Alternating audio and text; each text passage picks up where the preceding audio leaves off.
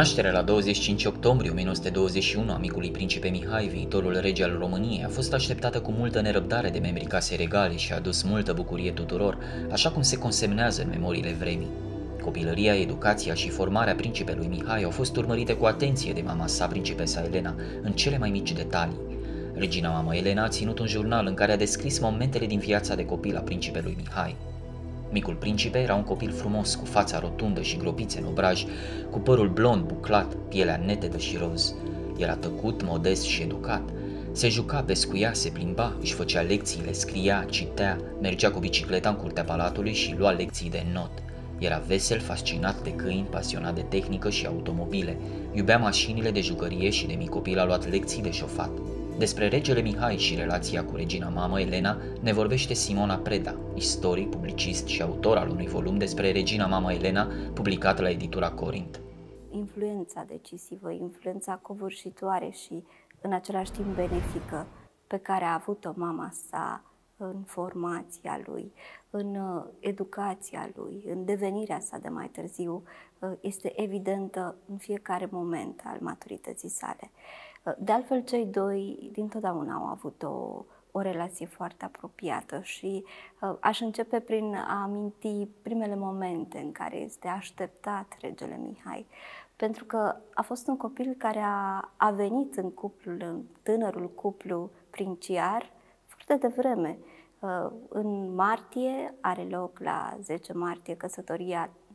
la Atena dintre principesa moștenitoare a Greciei, Elena, și principele moștenitor Carol. În anul 1921 putem vorbi despre cel mai frumos an al cuplului Elena și Carol. De altfel, vara în care Elena este însărcinată, așteaptă un copil, e momentul în care apar cele mai multe și cele mai frumoase fotografii cu cei doi. Sunt foarte multe cărți poștale care circulă pe teritoriul României în care Elena este reprezentată în costum popular românesc, Carol o însoțește, de multe ori o susține de umeri în fotografii. Sunt foarte mulți căței care sunt fie la Peleș, fie în alte locuri filmați. E o atmosferă de armonie, o atmosferă de fericire pe care nu o vom mai regăsi în timp în fotografiile care apar, ba mai mult. Din ce în ce mai multe fotografii în care cei doi vor fi împreună, vor fi prezente în contextul spațiului românesc. Este adevărat că principele Mihai, cel care avea să se nască la 25 octombrie, se grăbește, vine, spuneam, în vara anului 1921, Elena este la Sinaia, este însărcinată. Din corespondență aflăm, îi scrie domnișoarei St. John, cea care va avea grijă de Mihai în momentul în care se naște, că abia așteaptă să-l întâlnească pe copilul pe care îl așteaptă, își dorește să fie băiat. Evident, își dorește și o fată, dar din punct de vedere al ideii de moștenire, de idei de coroană, de mai departe, este benefic pentru toată lumea ca cel care se naște să fie un băiețel. De altfel, există un moment foarte frumos descris de Regina Maria în semnările sale în jurnal, în care cele două, în luna iulie, stau la Peleș și admiră trusou de bebeluși pe care îl primește Elena din Anglia. Mângâie hăinuțele, sunt niște hăinuțe albe superbe din dantele de oniton, niște hăinuțe mici de bebeluși, iar Regina Maria își amintește de copiii ei și de când era ea tânără, mămică, și își aștepta vlăstarele coroanei să apară. E un moment foarte emoționant pe care îl descrie regina. De altfel, relația dintre cele două este foarte frumoasă. Evident, în timp vor fi și anumite disensiuni legate în mod special de modul în care va fi educat Mihai. Așadar, e o vară în care copilul este așteptat să nască și trebuie să spunem că Elena totuși suportă foarte greu această sarcină, are foarte multe stări de disgravidie, dar o ajută foarte mult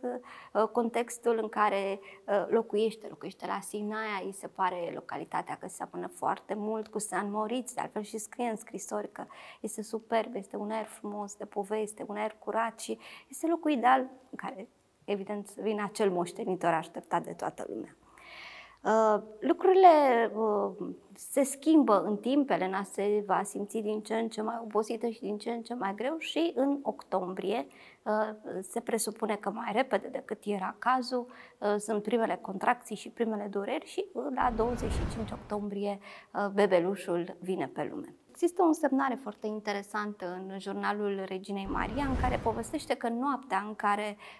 regina Mama Elena l-a născut pe Mihai, i-a făcut cadou acestea o pereche de cercei cu perlă, pe care ea și dorea foarte mult. Deci, celebrii cercei cu perlă,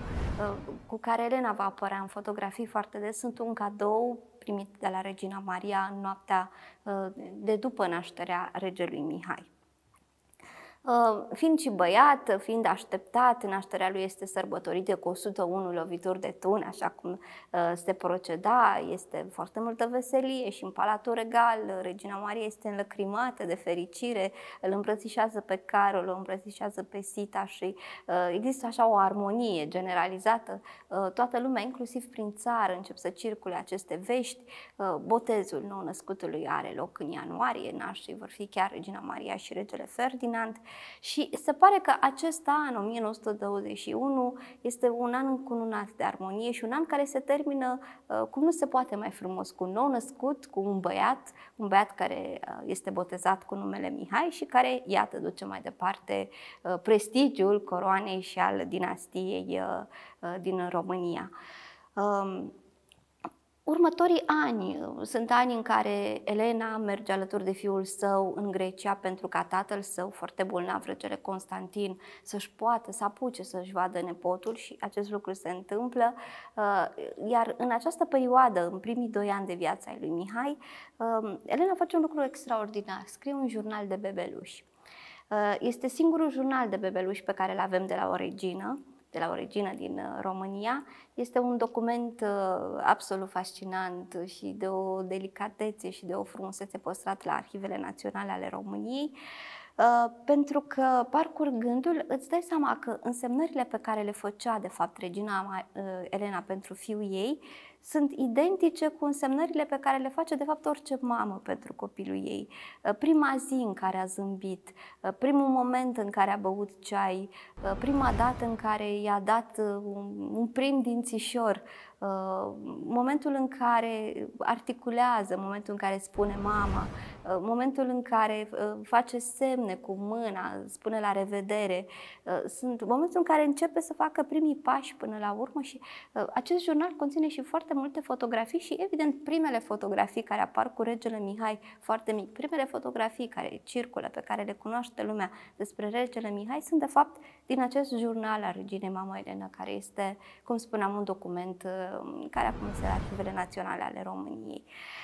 Este fascinantă grija cu care Elena notează în intervale orare tot ceea ce se petrece în viața lui Mihai. Asta se întâmplă pe parcursul primilor 2 ani, inclusiv în perioadele în care aceștia călătoresc împreună. Nu lipsesc nici detalii referitoare la Carol în această perioadă, pentru că, așa cum spuneam, Carol, tatăl lui Mihai, este foarte apropiat și de fiul său și de soția sa, îi susține, le este alături, este o armonie conjugală, o armonie care, din păcate, cu timpul avea să se destrame, așa cum știm cu toții. În primii 3-4 ani, până în 1925,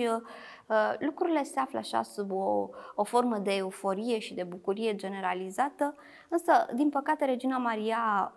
regina Elena își petrece mult timp în afara țării, vizitându-și rudele din Grecia sau din Italia. Familia sa va sta o perioadă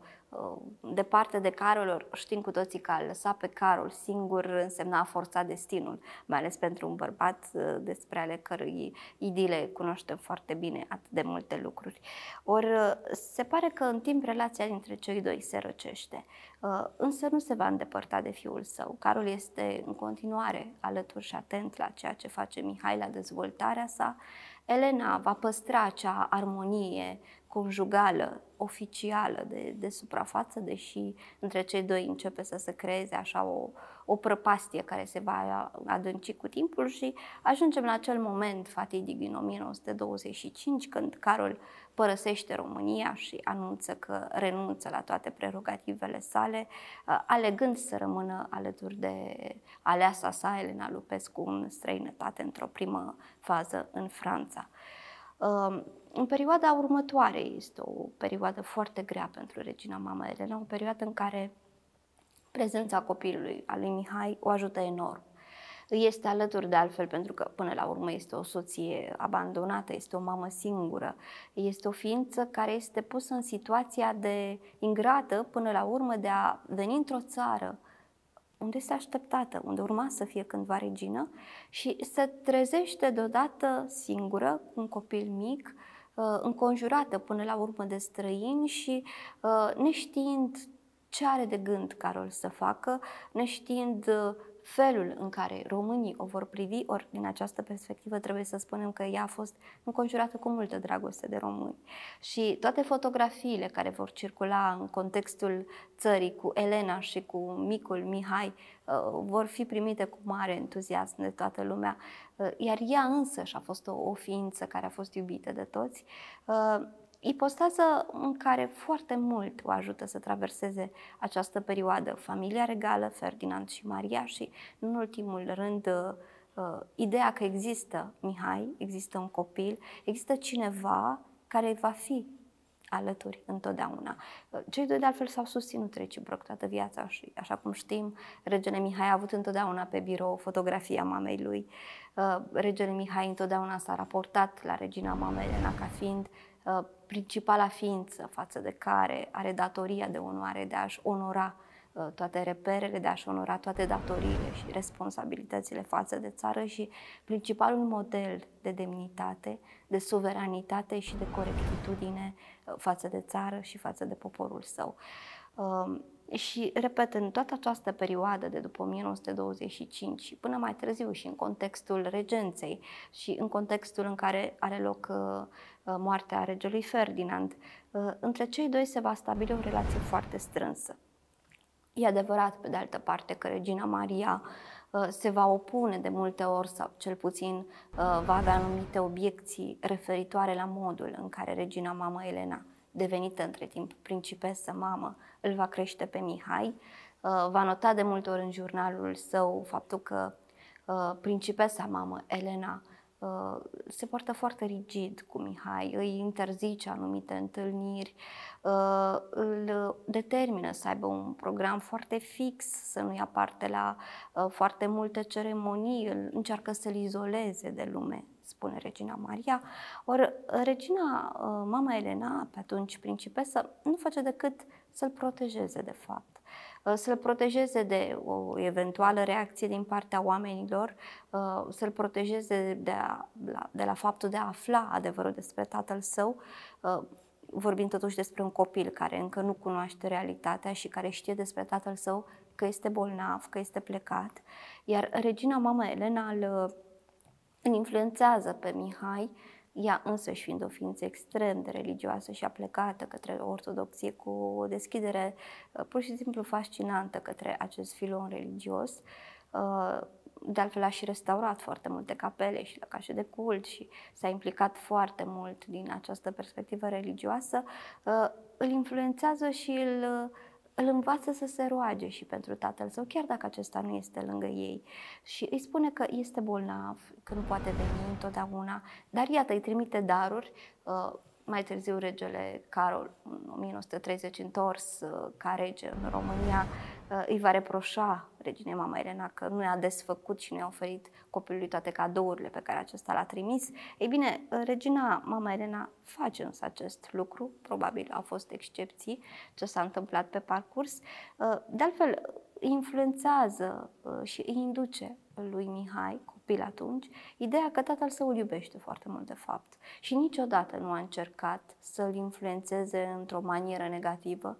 vis-a-vis de tatăl său. Sunt lucruri pe care Mihai le vede în timp, sunt lucruri pe care le percepe din anturaj, le percepe din reacțiile pe care le are mama sa în 1930, în momentul în care Carol se întoarce. Și dacă ar fi să mă refer strict la data întoarcerii lui Carol în 1930, ei bine, momentul de întâlnire a celor doi este surprins atât de regina Maria, cât și de biograful Arthur Goodley al reginei mama Elena, dar și de Mihai însuși în interviurile pe care le dă. Este un moment în care își vede mama plângând. Își vede mama plângând și în momentul acela își dă seama că ceva foarte bine n-are cum să se întâmple, deși Mihai este mic în momentul respectiv al întoarcerii tatălui său. În toată această perioadă, până în 1930, în toți acești 5 ani, care a fost deosebit de dificil pentru regina mama Elena, repet, a fost o mamă singură până la urmă, o femeie care a trebuit să facă față responsabilitățile lor, statutului pe care le avea, ea a încercat și, din multe perspective, a reușit cu brio să-i ofere lui Mihai o copilărie fericită, o copilărie de vis, o copilărie în care, e adevărat, fiind crescut ca viitor suveran, de altfel, rege Mititel, așa cum știm cu toții, obligat de multe ori prin statutul său să ia parte la evenimente oficiale, a încercat să-l facă să înțeleagă că totuși trebuie să se joace, trebuie să fie copil, trebuie să se plimbe și sunt foarte multe fotografii cu cei doi după 1927, de la malul mării, de la Palatul de la Constanța, de la Mamaia din 1928. Sunt foarte multe fotografii cu Mihai pe cal, cu Mihai alături de mama sa, cu Mihai în apa mării și foarte multe locuri în care se vede foarte clar că regina mama Elena este alături. De altfel, există un moment foarte simpatic petrecut la Craiova în acest context după 1927, în care cei doi, într-o mașină decapotabilă, sunt în centrul Craiovei, sunt ovaționați de către mulțime, primesc flori, sunt aruncate flori către mașină. Regele Mihai, pe atunci copil, este entuziasmat, principesa mamă îl protejează și cineva vine și oferă lui Mihai un cățeluș. Este una dintre imaginile pe care le prezintă și regina Maria în jurnalul său, o imagine care ne arată cât de iubiți erau de fapt și că oamenii și că poporul până la urmă empatizează cu această mamă singură, cu acest copil care într-o zi va să le fie un rege pe care se pot baza și toată această armonie, toată această copilărie până la urmă fericită, deși nu există un tată prezent fizic acolo, își va pune amprenta în timp asupra regelui Mihai și îl va determina să manifeste o dragoste continuă, o dragoste profundă pentru mama lui, care până la urmă a fost un reper, cum spuneam, un reper de frumusețe, un reper de eleganță, un reper de suveranitate, un reper care chiar și în momentul exilului, pentru că, așa cum știm, în 1932 regina mama Elena a fost obligată să ia calea exilului, iar Mihai a trebuit să meargă conform regulamentului stabilit de către Carol și guvern doar 2 luni pe an la vila sa, Villa Sparta din Florența. Regina mama Elena a încercat prin toate mijloacele, atât cât i-a fost posibil, prin prerogativele pe care le avea, să-l facă să nu simtă nici lipsurile, nici lipsa tatălui, nici afecțiunile celor din jur, să înțeleagă că a fost un copil dorit, un copil crescut cu toată deschiderea și din tot sufletul și să-l facă să se bucure de viață și să înțeleagă că este de datoria lui, la rândul său, să onoreze istoria acestei țări, prezentul și, până la urmă, să rămână un simbol de demnitate și de suveranitate pentru viitor.